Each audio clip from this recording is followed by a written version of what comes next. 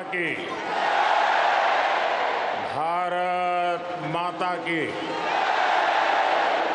भारत माता की। नमस्ते यूएस।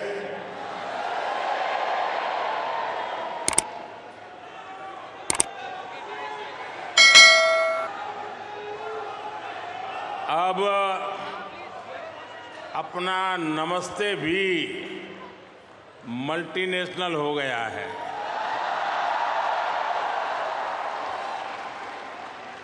लोकल से ग्लोबल हो गया।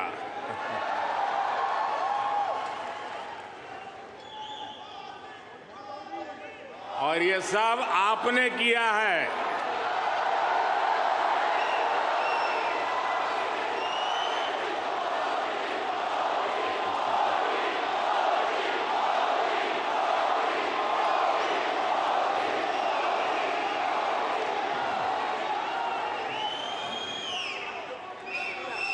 अपने दिल में भारत को बसाकर रखने वाले हर भारतीय ने ये किया है। साथियों, यहां आप इतनी दूर दूर से आए हैं। कुछ पुराने चेहरे हैं, कुछ नए चेहरे हैं। आपका यह प्यार, ये मेरा बहुत बड़ा सौभाग्य है।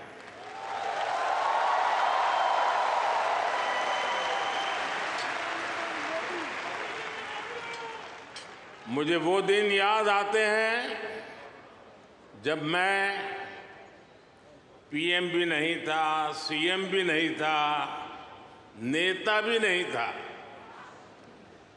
उस समय एक जिज्ञासु के तौर पर यहां आप सबके बीच आया करता था।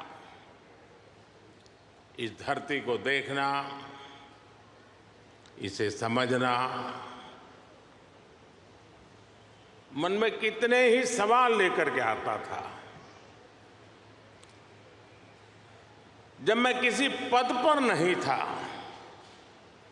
उससे पहले भी मैं अमेरिका के करीब करीब 29 स्टेट्स में दौरा कर चुका था।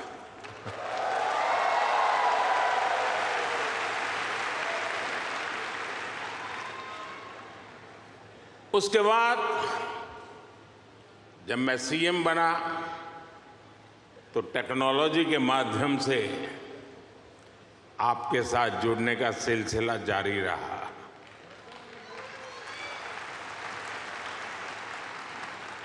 पीएम रहते हुए मैंने आपसे अपार स्नेह पाया है, अपनत्व पाया है। 2014 में मेडिसन स्क्वायर,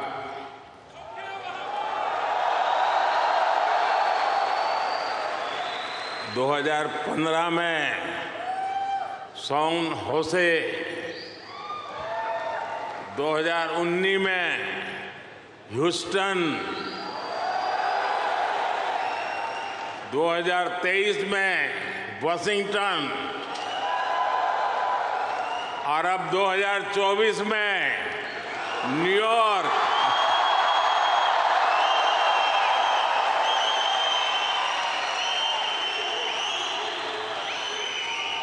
और आप लोग हर बार पिछला रिकॉर्ड तोड़ देते हैं।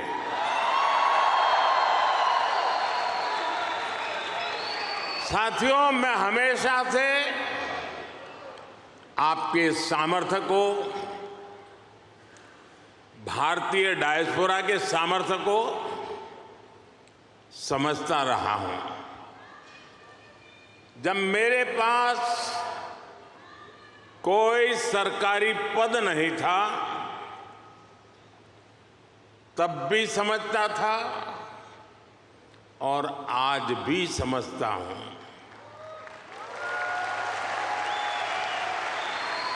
आप सब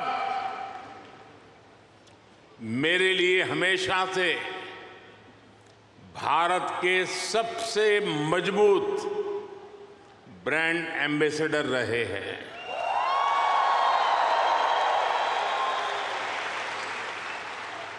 और इसलिए मैं आप सबको राष्ट्रदूत कहता हूं।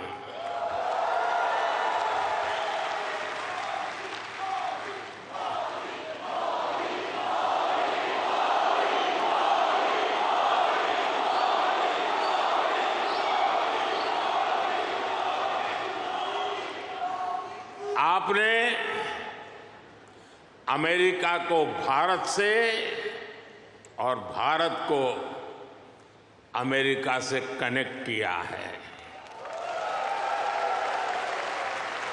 आपका स्किल, आपका टैलेंट, आपका कमिटमेंट, इसका कोई मुकाबला नहीं है।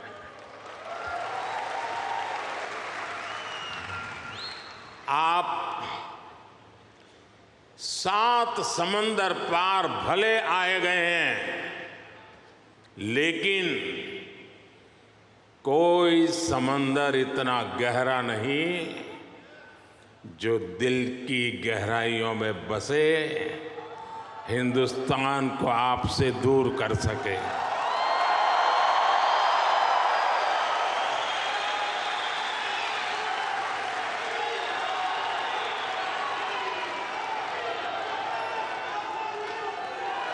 मां भारती ने जो हमें सिखाया है वो हम कभी भी भूल नहीं सकते। हम जहां भी जाते हैं सबको परिवार मानकर उनसे घुल मिल जाते हैं। डायवर्सिटी को समझना, डायवर्सिटी को जीना,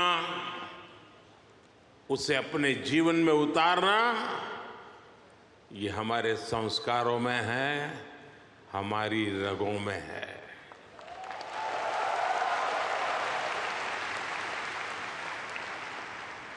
हम उस देश के वासी हैं जहां सैकड़ों भाषाएं हैं, सैकड़ों बोलियां हैं, दुनिया के सारे मत है, पंथ है, फिर भी हम एक बनकर, नेक बनकर आगे बढ़ रहे हैं।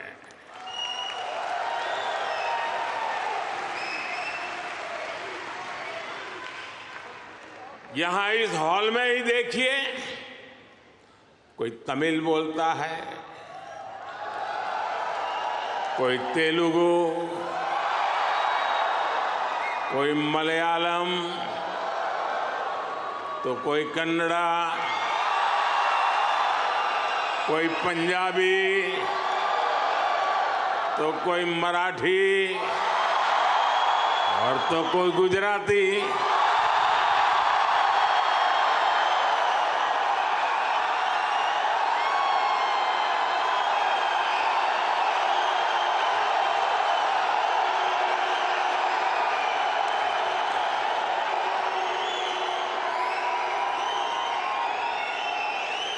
भाषा अनेक है, लेकिन भाव एक है,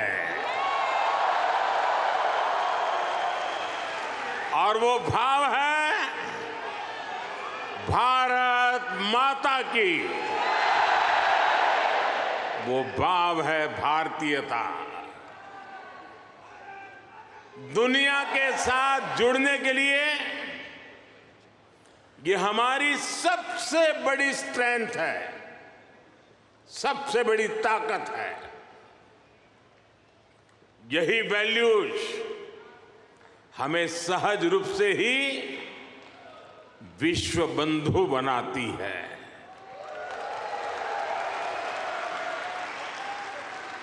हमारे यहां कहा जाता है, तेन तख्तेन भुंजी था, यानी जो त्याग करते हैं वे ही भोग पाते हैं। हम दूसरों का भला करके, त्याग करके सुख पाते हैं और हम किसी भी देश में रहे, ये भावना नहीं बदलती है। हम जिस सोसाइटी में रहते हैं वहां ज्यादा से ज्यादा योगदान करते हैं। यहां अमेरिका में आपने डॉक्टर्स के रूप में, रिसर्चर्स के रूप में, टेक प्रोफेशनल्स के रूप में, साइंटिस्ट के रूप में या दूसरे प्रोफेशंस में जो परचम लहराया हुआ है वो इसी का प्रतीक है। अभी कुछ समय पहले ही तो यहां T20 क्रिकेट वर्ल्ड कप हुआ था।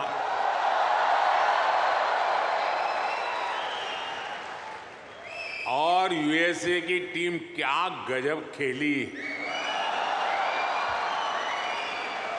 और उस टीम में यहां रह रहे भारतीयों का जो योगदान था वो भी दुनिया ने देखा है।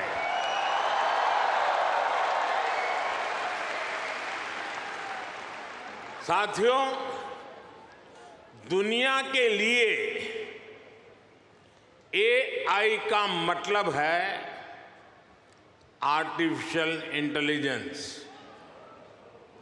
लेकिन मैं मानता हूं कि AI का मतलब है अमेरिकन इंडियन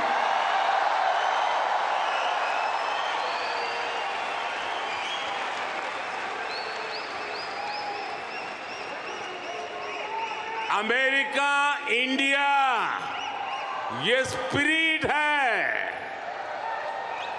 और वही तो नई दुनिया का AI पावर है।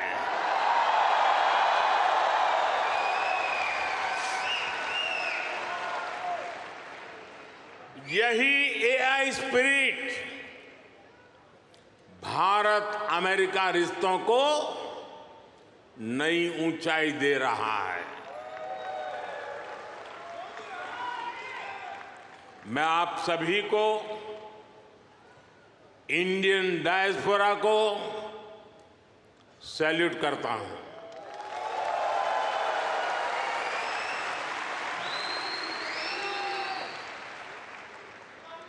I salute you all.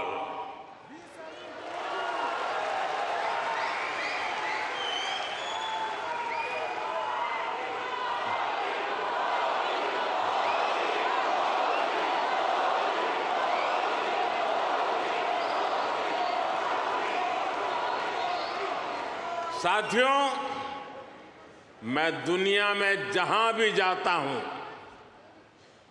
Her leader के मुंह से भारतीय डायस्पोरा की तारीफ ही सुनता हूं।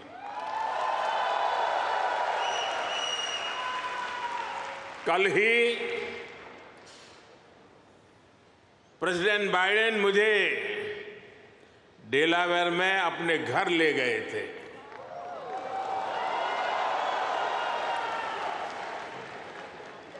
उनकी आत्मीयता,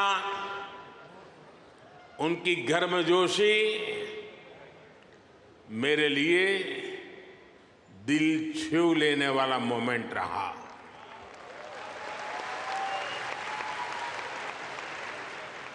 ये सम्मान 140 करोड़ भारतीयों का है।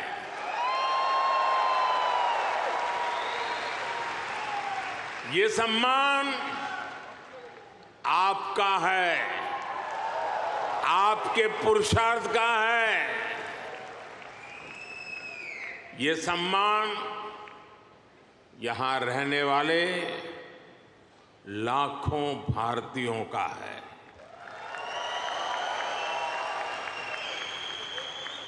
मैं प्रेसिडेंट बाइडेन का आभार करूंगा और साथ ही आपका भी आभार व्यक्त करूंगा। साथियों, 2024 का ये साल पूरी दुनिया के लिए बहुत अहम है। एक तरफ दुनिया के कई देशों के बीच संघर्ष है, तनाव है, तो दूसरी तरफ कई देशों में डेमोक्रेसी का जश्न चल रहा है।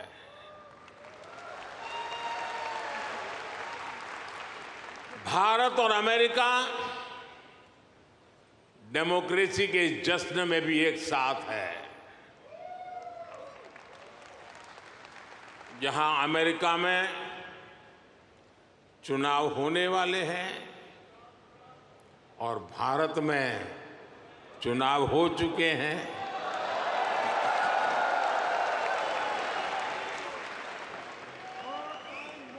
भारत में हुए ये इलेक्शन ह्यूमन हिस्ट्री के अब तक के सबसे बड़े चुनाव थे।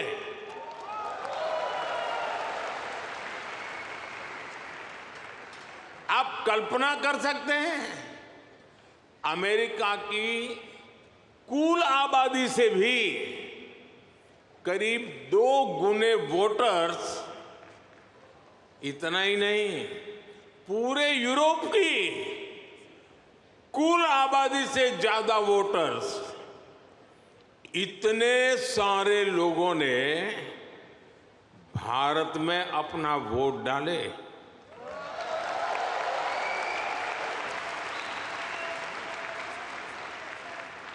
जब हम भारत की डेमोक्रेसी का उसका स्केल देखते हैं तो और भी गर्व होता है।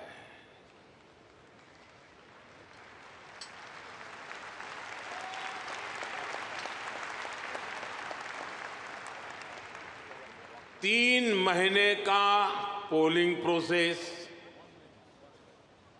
15 मिलियन यानी 1.5 करोड़ लोगों का पोलिंग स्टाफ, 1 मिलियन यानी 10 लाख से ज्यादा पोलिंग स्टेशन, 2,500 से ज्यादा पॉलिटिकल पार्टीज,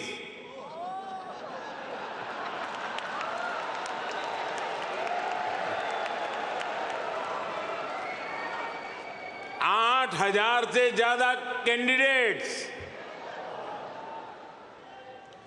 अलग अलग भाषाओं के हजारों न्यूज़पेपर्स, सैकड़ों रेडियो स्टेशन, सैकड़ों टीवी न्यूज चैनल, करोड़ों सोशल मीडिया अकाउंट्स,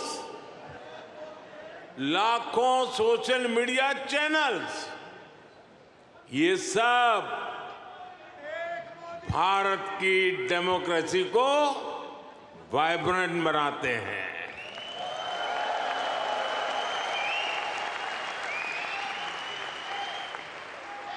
ये फ्रीडम ऑफ एक्सप्रेशन के विस्तार का दौर है। इस लेवल की स्क्रूटनी से होकर हमारे देश की चुनावी प्रक्रिया गुजरती है। और साथियों, इस लंबी चुनावी प्रक्रिया से गुजरकर इस बार भारत में कुछ अभूतपूर्व हुआ है। क्या हुआ है? क्या हुआ है? क्या हुआ है? क्या हुआ है? अब की बार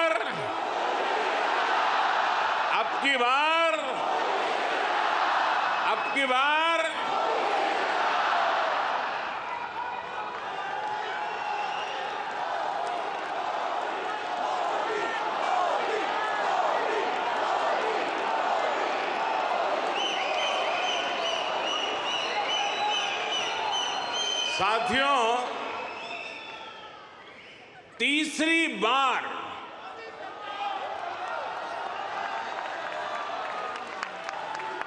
हमारी सरकार की वापसी हुई है।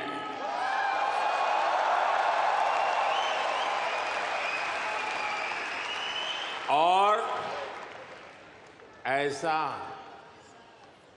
पिछले 60 सालों में भारत में नहीं हुआ था।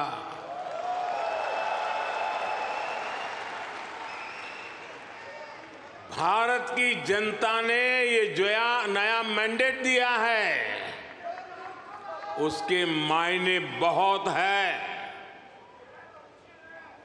और बहुत बड़े भी हैं। ये तीसरे टर्म में हमें बहुत बड़े लक्ष्य साधने हैं।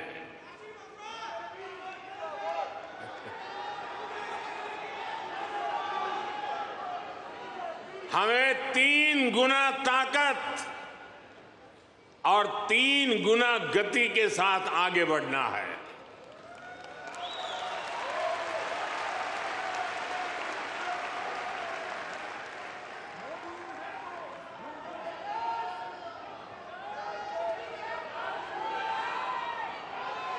आपको एक शब्द याद रहेगा, पुष्प।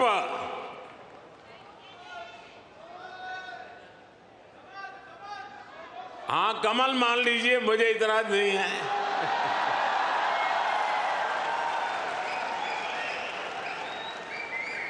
पुष्प।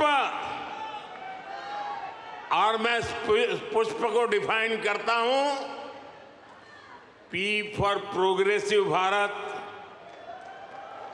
You for unstoppable Bharat, S for spiritual Bharat, H for humanity first को समर्पित Bharat, P for prosperous Bharat, यानी पुष्प। पुष्प की 5 पंखुड़ियों को मिलाकर ही विकसित भारत बनाएंगे।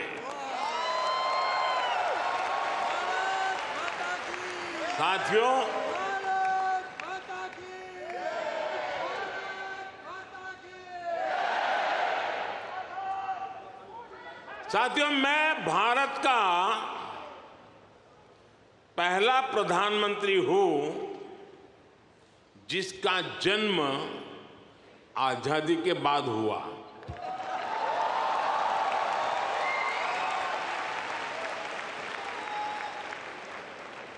आजादी के आंदोलन में करोड़ों भारतीयों ने स्वराज के लिए जीवन खपा दिया था। उन्होंने अपना हित नहीं देखा, अपने कंफर्ट जोन की चिंता नहीं की। वो तो बस देश की आजादी के लिए सब कुछ भूलकर अंग्रेजों से लड़ने चल पड़े थे। उस सफर में किसी को फांसी का फंदा मिला, किसी के शरीर को गोलियों से भून दिया गया, कोई यातनाएं सहते हुए जेल में ही गुजर गया, कईयों की जवानी जिंदगी जेल में खप गई।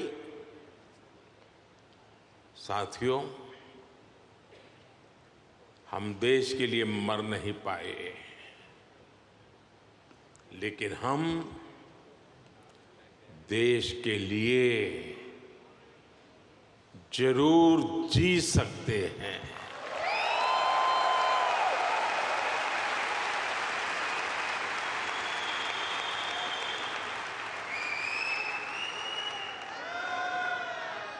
मरना हमारे नसीब नहीं था, जीना हमारे नसीब है।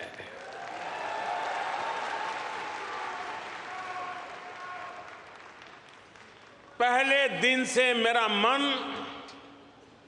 और मेरा मिशन एकदम क्लियर रहा है। मैं स्वराज के लिए जीवन नहीं दे पाया,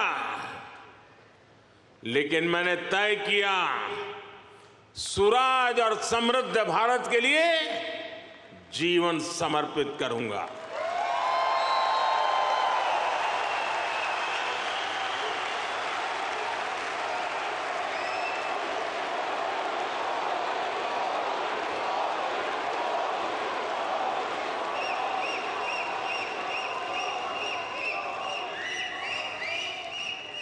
मेरे जीवन का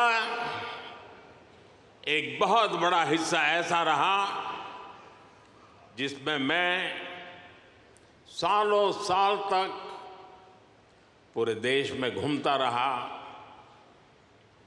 भटकता रहा।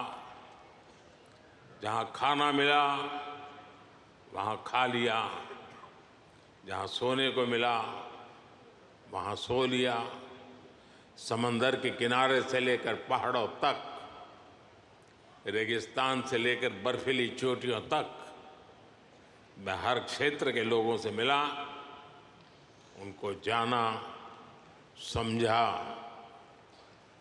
मैंने अपने देश के जीवन, अपने देश की संस्कृति, अपने देश की चुनौतियों का फर्स्ट हैंड एक्सपीरियंस लिया।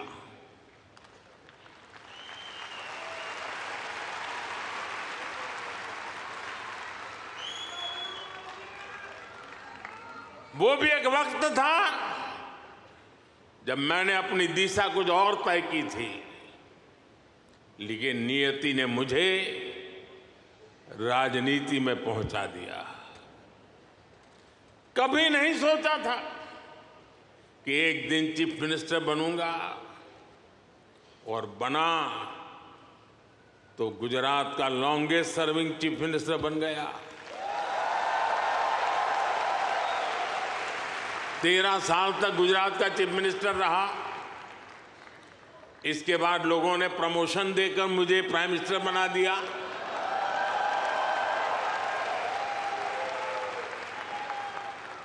लेकिन दशकों तक देश के कोने में जाकर मैंने जो सीखा है, उसी ने चाहे राज्य हो या केंद्र, मेरे सेवा के मॉडल को, मेरे गवर्नेंस के मॉडल को इतना सफल बनाया है। पिछले 10 साल में इस गवर्नेंस मॉडल की सफलता आपने देखी है, पूरी दुनिया ने देखी है, और अब देश के लोगों ने बहुत बड़े भरोसे के साथ मुझे ये तीसरा टर्म सौंपा है।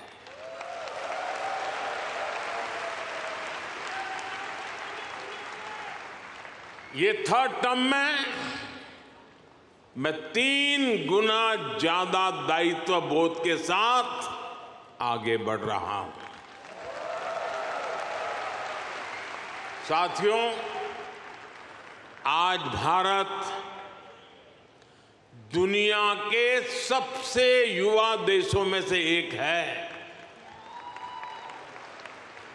भारत एनर्जी से भरा हुआ है, सपनों से भरा हुआ है। रोज नए कीर्तिमान, हर रोज नई खबर। आज ही एक और बहुत अच्छी खबर मिली है। चेस ओलंपियाड में मेंस और वुमेन्स दोनों में भारत को गोल्ड मिला है।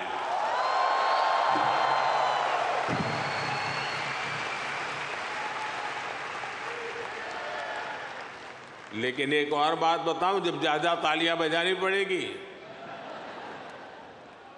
ये लगभग 100 साल के इतिहास में पहली बार हुआ है।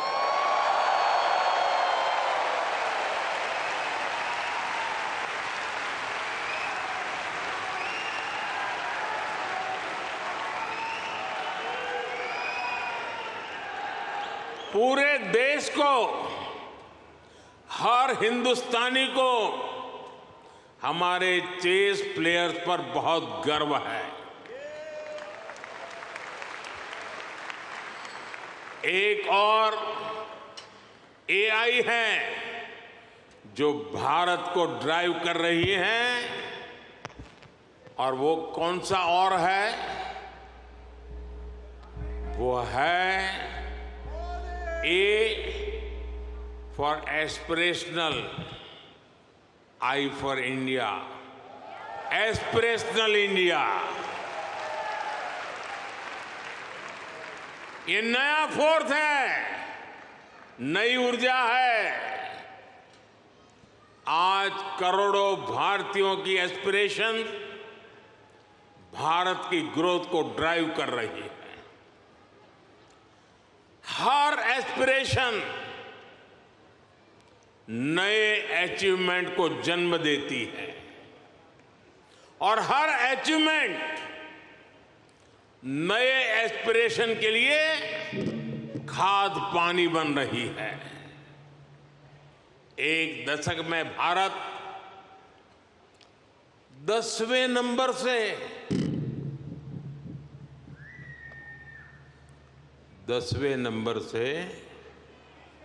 5वें नंबर की इकोनॉमी बन गया।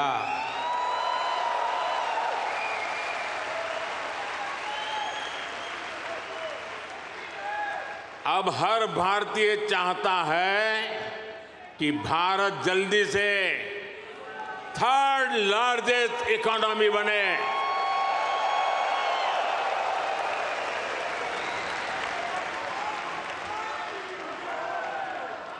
आज देश के एक बहुत बड़े वर्ग की बेसिक नीड्स पूरी हो रही है। पिछले 10 साल में करोड़ों लोगों को क्लीन कुकिंग गैस की सुविधा मिली है। उनके घर तक पाइप से साफ पानी पहुंचने लगा है। उनके घर में बिजली कनेक्शन पहुंचा है। उनके लिए करोड़ों टॉयलेट्स बने हैं। ऐसे करोड़ों लोग अब क्वालिटी लाइफ चाहते हैं। साथियों, अब भारत के लोगों को सिर्फ रोड नहीं, उन्हें शानदार एक्सप्रेस वे चाहिए। अब भारत के लोगों को सिर्फ रेल कनेक्टिविटी नहीं, उन्हें हाई स्पीड ट्रेन चाहिए।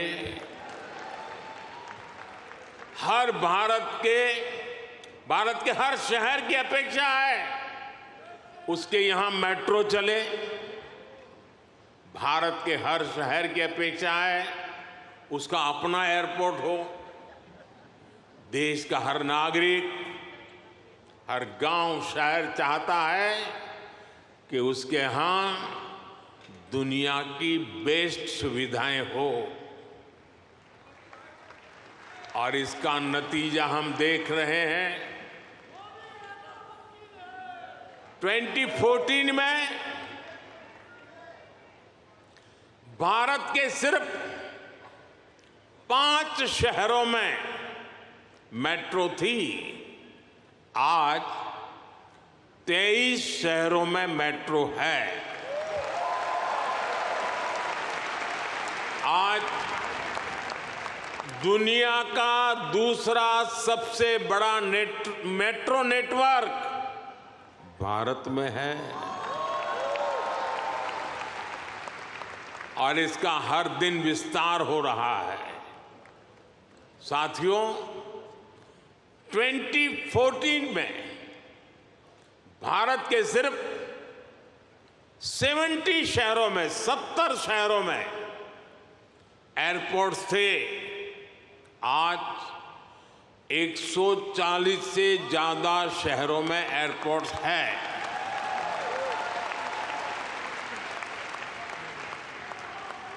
2014 में 100 से भी कम ग्राम पंचायतों में ब्रॉडबैंड कनेक्टिविटी थी।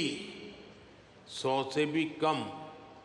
आज 2 लाख से भी ज्यादा पंचायतों में ब्रॉडबैंड कनेक्टिविटी है। 2014 में भारत में 140 मिलियन यानी 14 करोड़ के आसपास एलपीजी कंज्यूमर थे। आज भारत में 310 मिलियन यानी 31 करोड़ से ज्यादा एलपीजी कंज्यूमर है। जिस काम में पहले सालों लग जाते थे, वो काम अब महीनों में खत्म हो रहा है।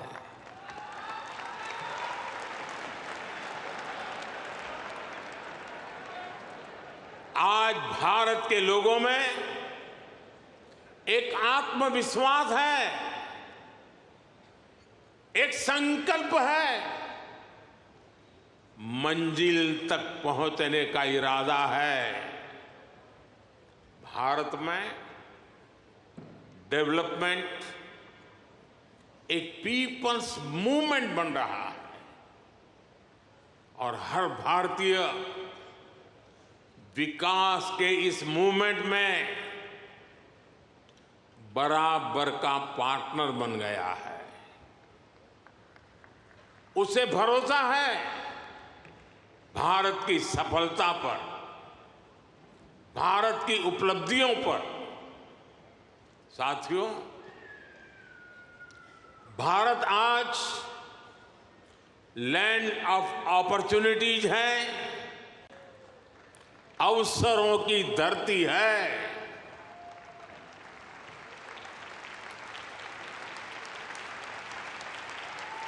अब भारत अवसरों का इंतजार नहीं करता। अब भारत अवसरों का निर्माण करता है।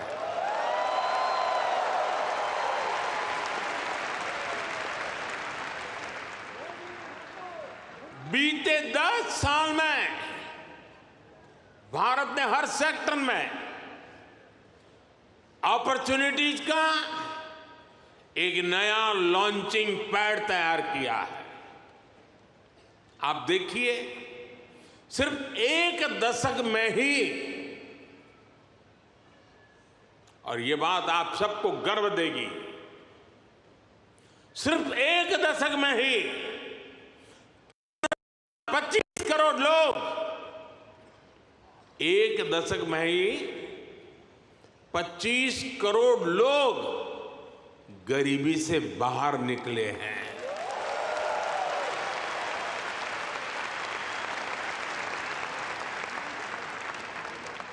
ये कैसे हुआ?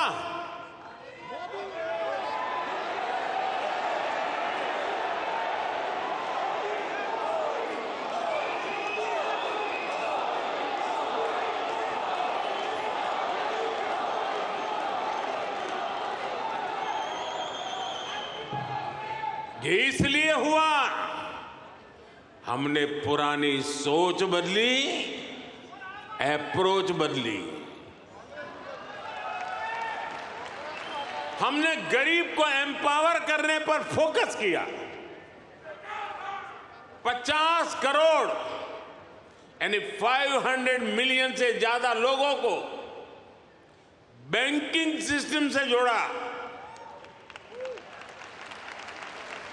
55 करोड़ यानी 550 मिलियन से ज्यादा लोगों को 5 लाख रुपए तक का फ्री मेडिकल ट्रीटमेंट देना।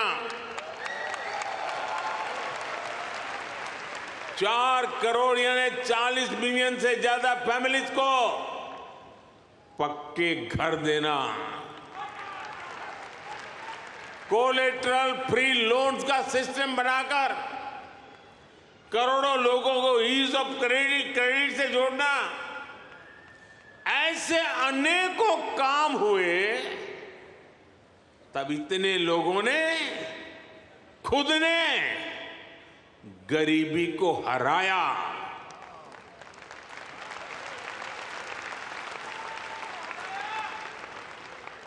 और वो गरीबी से निकल करके आज यही नियो मिडिल क्लास भारत के डेवलपमेंट को तेज गति दे रहा है। साथियों, हमने वुमेन वेलफेयर के साथ ही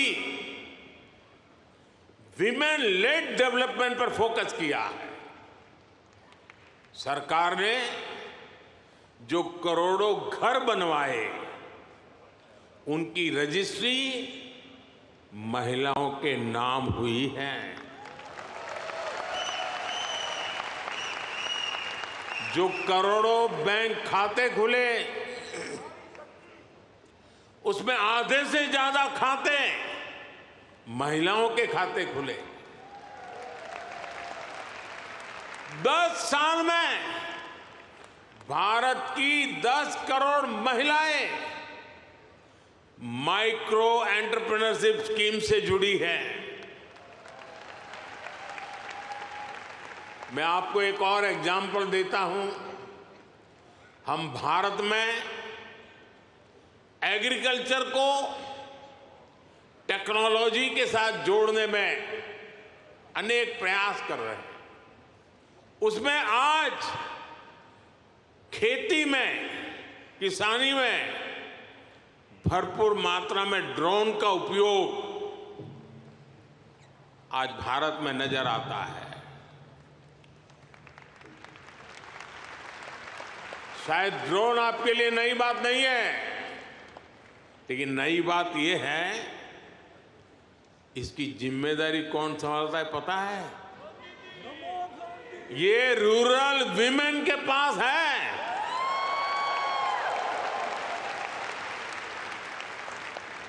हम हजारों महिलाओं को ड्रोन पायलट्स बना रहे हैं।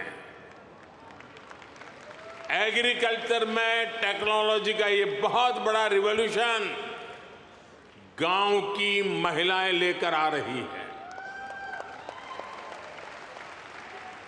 साथियों, जो एरियाज पहले निग्लेक्टेड थे, वो आज देश की प्रायोरिटी है। आज भारत जितना कनेक्टेड है, उतना पहले कभी नहीं रहा। आप हैरान होंगे, आज भारत का 5G मार्केट, बताऊं? बुरा नहीं लगेगा ना? आज भारत का 5G मार्केट अमेरिका से भी बड़ा हो चुका है।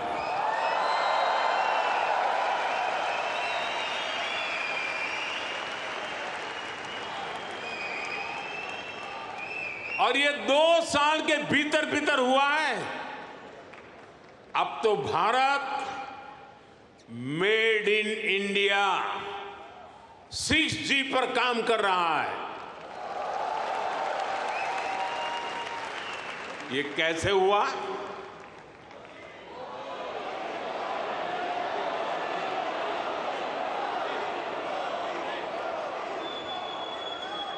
ये इसलिए हुआ क्योंकि हमने इस सेक्टर को आगे बढ़ाने के लिए पॉलिसीज बनाई।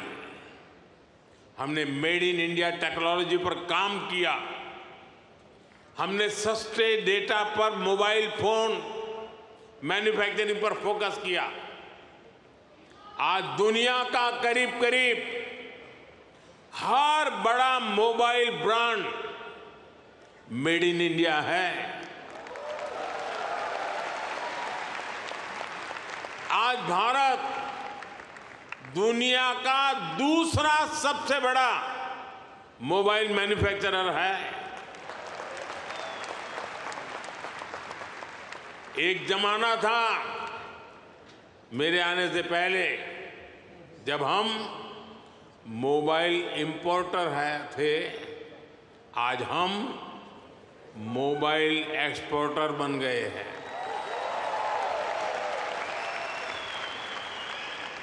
साथियों, अब भारत पीछे नहीं चलता। अब भारत नई व्यवस्थाएं बनाता है। अब भारत नेतृत्व करता है।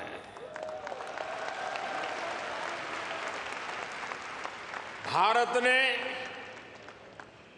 डिजिटल पब्लिक इंफ्रास्ट्रक्चर डीपीआई का नया कंसेप्ट दुनिया को दिया है।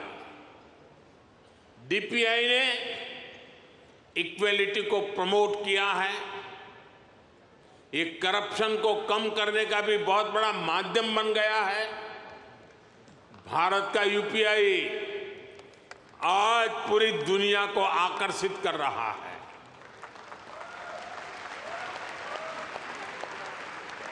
आपकी जेब में वॉलेट है, लेकिन भारत में लोगों की जेब के साथ ही फोन में वॉलेट है, ई वॉलेट है। अनेक भारतीय अब अपने डॉक्यूमेंट्स फिजिकल फोल्डर्स में नहीं रखते, उनके पास डिजी लॉकर है। वो एयरपोर्ट में जाते हैं तो डीजी यात्रा से सीमलेस ट्रैवल करते हैं। ये digital public infrastructure jobs, innovation और इससे जुड़ी हर टेक्नोलॉजी का लॉन्चिंग पैड बन गया है। साथियों, भारत अब रुकने वाला नहीं है। भारत अब थमने वाला नहीं है। भारत चाहता है दुनिया में ज्यादा से ज्यादा device made in India chip पर चलें। हमने सेमीकंडक्टर सेक्टर को भी भारत की तेज ग्रोथ का आधार बनाया है। पिछले साल जून में भारत ने सेमीकंडक्टर सेक्टर के लिए इंसेंटिव घोषित किए थे। इसके कुछ ही महीनों बाद माइक्रोन की पहली सेमीकंडक्टर यूनिट का शिलान्यास भी हो गया।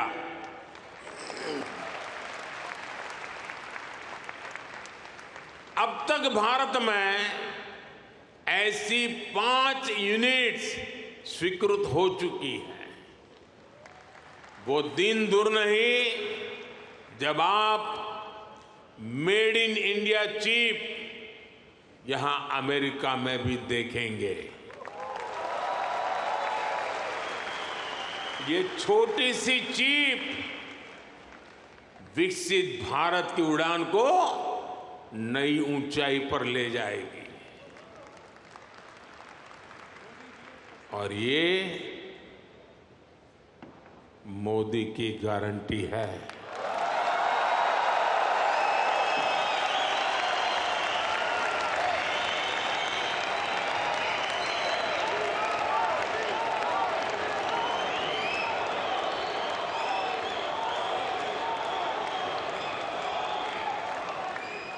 साथियों, आज भारत में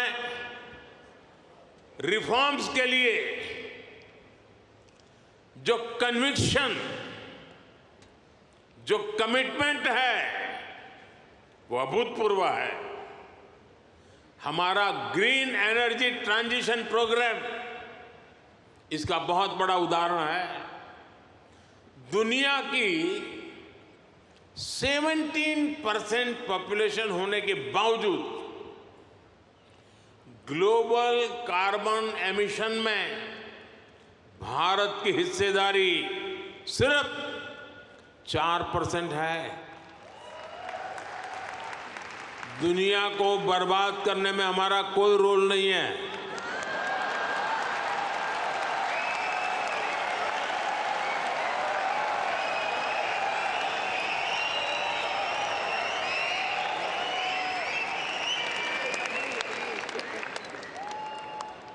पूरी दुनिया की तुलना में एक तरह से यानी कह सकते हैं ना के बराबर है।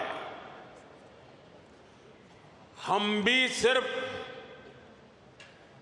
कार्बन फ्यूल जलाकर अपनी ग्रोथ को सपोर्ट कर सकते थे, लेकिन हमने ग्रीन ट्रांजिशन का रास्ता चुना। प्रकृति प्रेम के हमारे संस्कारों ने हमें गाइड किया, इसलिए हम solar, wind, hydro, green hydrogen और न्यूक्लियर एनर्जी पर इन्वेस्टमेंट कर रहे हैं। आप देखिए, भारत G20 का ऐसा देश है जिसने पेरिस क्लाइमेट गोल्स को सबसे पहले पूरा कर दिया।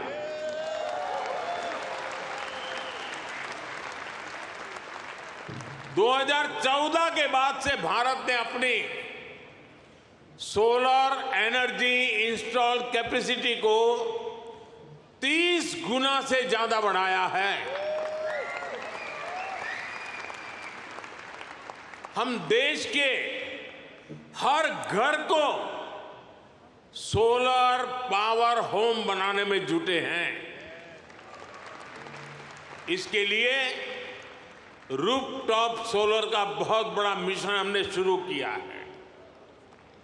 आज हमारे रेलवे स्टेशन और एयरपोर्ट सोलराइज हो रहे हैं। भारत घरों से लेकर सड़कों तक एनर्जी एफिशिएंट लाइटिंग के रास्ते पर चल पड़ा है। इन सारे प्रयासों से भारत में बहुत बड़ी संख्या में ग्रीन जॉब्स पैदा हो रहे हैं।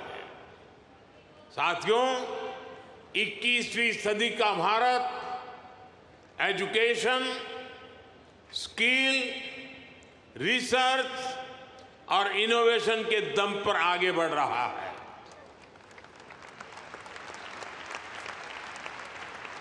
आप सभी नालंदा यूनिवर्सिटी के नाम से परिचित है।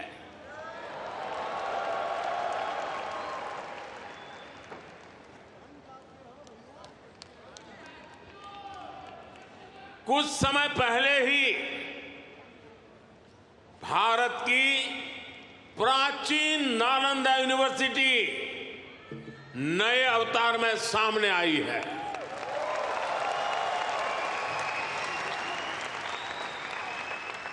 आज सिर्फ यूनिवर्सिटी को ही नहीं, बल्कि नालंदा स्पिरिट को भी रिवाइव कर रहा है।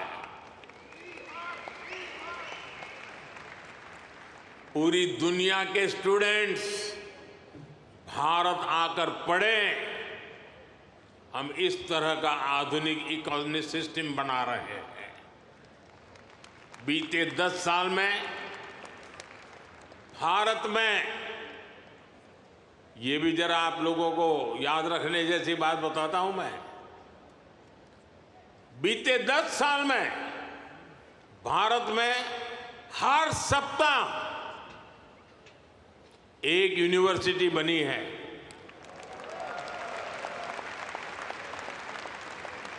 हर दिन 2 नए कॉलेज बने हैं।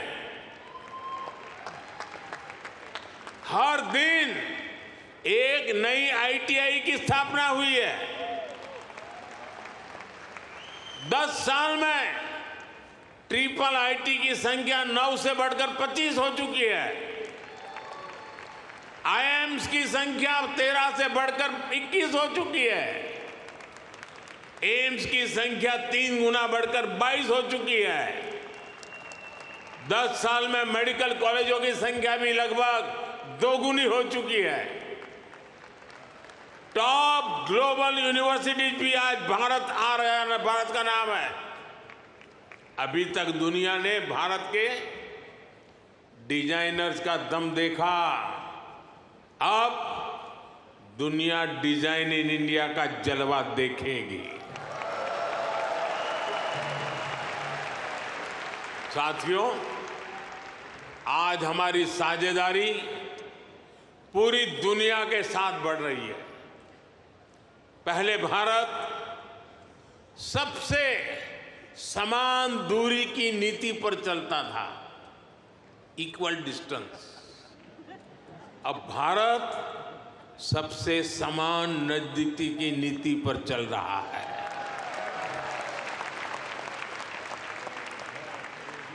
हम ग्लोबल साउथ की भी बुलंद आवाज बन रहे हैं।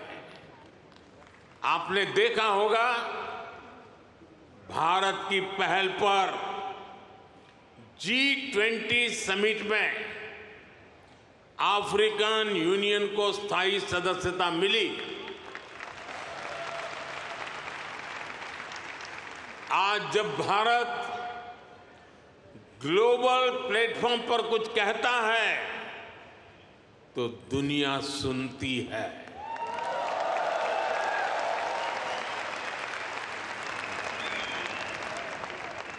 कुछ समय पहले जब मैंने कहा कि this is not the era of war, तो उसकी गंभीरता सबने समझी। साथियों, आज दुनिया में कहीं भी संकट आए, भारत फर्स्ट रिस्पॉन्डर के रूप में सामने आता है।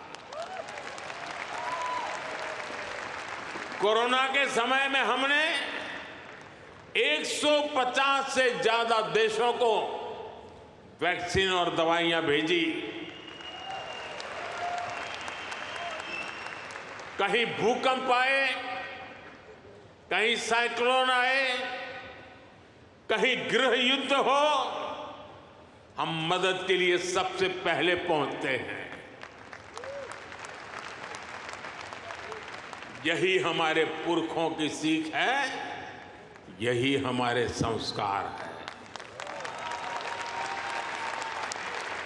साथियों, आज का भारत दुनिया में एक नए कैटलिस्ट एजेंट की तरह उभर रहा है और इसका प्रभाव हर सेक्टर में दिखेगा। ग्लोबल ग्रोथ के प्रोसेस को तेज करने के लिए भारत का रोल अहम होगा। ग्लोबल पीस के प्रोसेस को तेज करने के लिए भारत का रोल अहम होगा। ग्लोबल क्लाइमेट एक्शन को स्पीड अप करने में भारत का रोल अहम होगा। ग्लोबल स्किल गैप को दूर करने में भारत का रोल अहम होगा। ग्लोबल इनोवेशंस को नई दिशा देने में भारत का रोल अहम होगा। ग्लोबल सप्लाई चेन में स्टेबिलिटी के लिए भारत का भूमिका अहम होगा।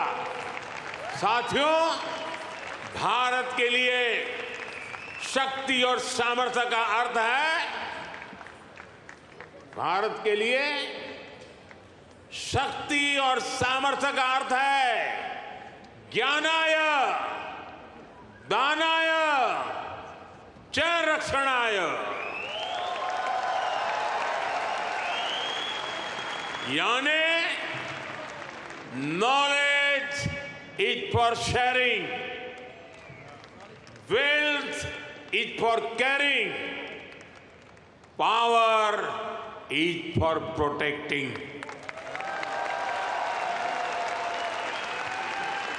इसलिए भारत की प्राथमिकता दुनिया में अपना दबाव बढ़ाने की नहीं, अपना प्रभाव बढ़ाने की है।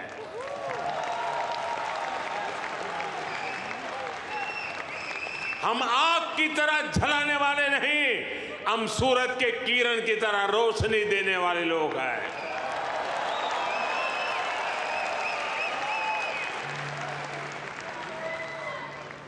हम विश्व पर अपना दबदबा नहीं चाहते, हम विश्व की समृद्धि में अपना सहयोग बढ़ाना चाहते हैं। योग को बढ़ावा देना हो, सुपर फूड मिलेट्स को बढ़ावा देना हो, मिशन लाइफ यानी लाइफ स्टाइल फॉर एनवायरनमेंट का विजन हो, भारत जीडीपी सेंट्रिक ग्रोथ के साथ ही ह्यूमन सेंट्रिक ग्रोथ को भी प्राथमिकता दे रहा है। मेरा आपसे भी आग्रह है, यहां मिशन लाइफ को ज्यादा से ज्यादा प्रमोट करिए। हम अपनी लाइफस्टाइल में थोड़े से बदलाव करके भी पर्यावरण की बहुत मदद कर सकते हैं। शायद आपने सुना होगा और हो सकता है आप में से कुछ लोगों ने इनिशिएटिव लिया भी हो। आजकल भारत में एक पेड़ मां के नाम, अपनी मां को याद करते हुए एक पेड़ लगाना। मां जिंदा है तो साथ ले जाना, मां नहीं है तो तस्वीर ले जाना। एक पेड़ मां के नाम लगाने का अभियान आज देश के हर कोने कोने में चल रहा है और मैं चाहूंगा आप सभी यहां भी ऐसा अभियान चलाएं।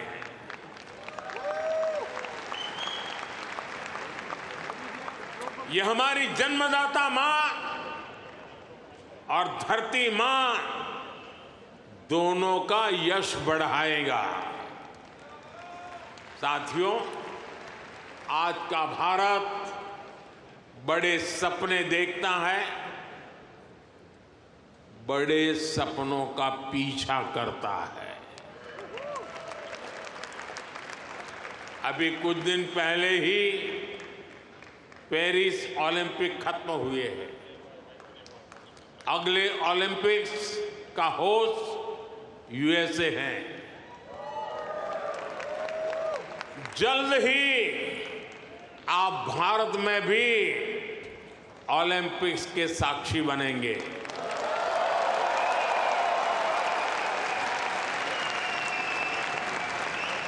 हम 2036 के ओलंपिक्स की मेजबानी के लिए हर संभव प्रयास कर रहे हैं। स्पोर्ट्स हो, बिजनेस हो या फिर एनवायरनमेंट, एंटरटेनमेंट, आज भारत बहुत बड़े आकर्षण का केंद्र है। आज आईपीएल जैसी भारत की लीग्स दुनिया की टॉप लीग्स में से एक है। भारत की फिल्में ग्लोबली धूम मचा रही हैं। भारत आज ग्लोबल टूरिज्म में भी परचम लहरा रहा है। दुनिया के अलग अलग देशों में भारत के त्योहार मनाने की होड़ है। मैं देख रहा हूं इन दिनों हर शहर में लोग नवरात्रि का गरबा सीख रहे हैं।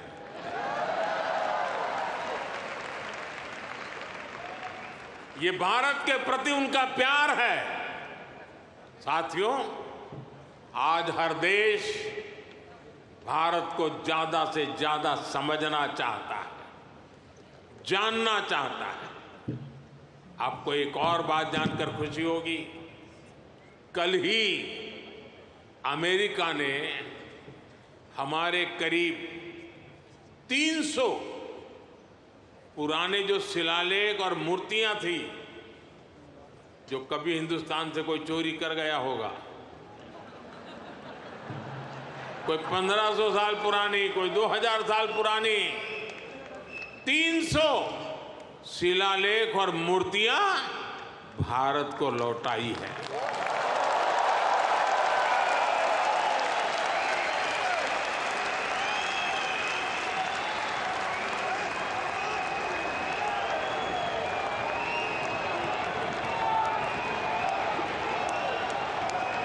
अभी तक अमेरिका ऐसी लगभग 500 धरोहरें भारत को लौटा चुका है। ये कोई छोटी सी चीज लौटाने का विषय नहीं है, ये हमारी हजारों वर्षों की विरासत का सम्मान है, ये भारत का सम्मान है और ये आपका भी सम्मान है। मैं अमेरिका की सरकार का इसके लिए बहुत आभारी हूं। साथियों, भारत और अमेरिका की पार्टनरशिप लगातार मजबूत हो रही है। हमारी पार्टनरशिप ग्लोबल गुड के लिए है। हम हर क्षेत्र में सहयोग बढ़ा रहे हैं और इसमें आपकी सहूलियत का भी ध्यान है। मैंने पिछले साल ये घोषणा की थी कि सिएटल में हमारी सरकार का नया कॉन्सुलेट खोलेगी। अब ये कॉन्सुलेट शुरू हो चुका है। मैंने 2 और कॉन्सुलेट खोलने के लिए आपके सुझाव मांगे थे। मुझे आपको ये बताते हुए खुशी है कि आपके सुझावों के बाद भारत ने बोस्टन और लॉस एंजलिस में 2 नए कॉन्सुलेट खोलने का निर्णय लिया है।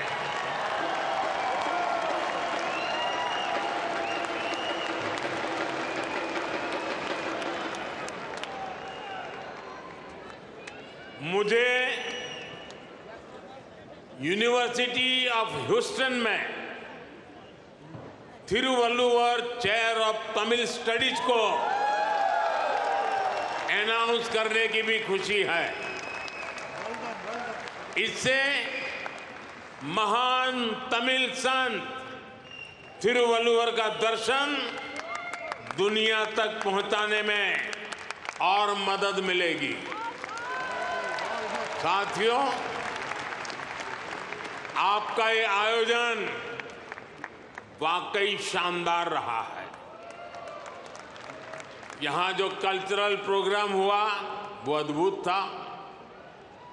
मुझे ये भी बताया गया है कि इस इवेंट के लिए हजारों लोग और भी आना चाहते थे, लेकिन वेन्यू छोटा पड़ गया। जिन साथियों से मैं यहां मिल नहीं पाया, उनसे मैं क्षमा चाहता हूं। उन सभी से अगली बार मुलाकात होगी, किसी और दिन, किसी और वेन्यू पर। लेकिन मैं जानता हूं उत्साह ऐसा ही होगा, जोश ऐसा ही होगा। आप ऐसे ही स्वस्थ रहे, समृद्ध रहे। भारत अमेरिका दोस्ती को ऐसे ही मजबूत करते रहे। इसी कामना के साथ आप सभी का बहुत बहुत धन्यवाद। मेरे साथ बोलिए, भारत माता की, भारत माता की, भारत माता की। बहुत बहुत धन्यवाद।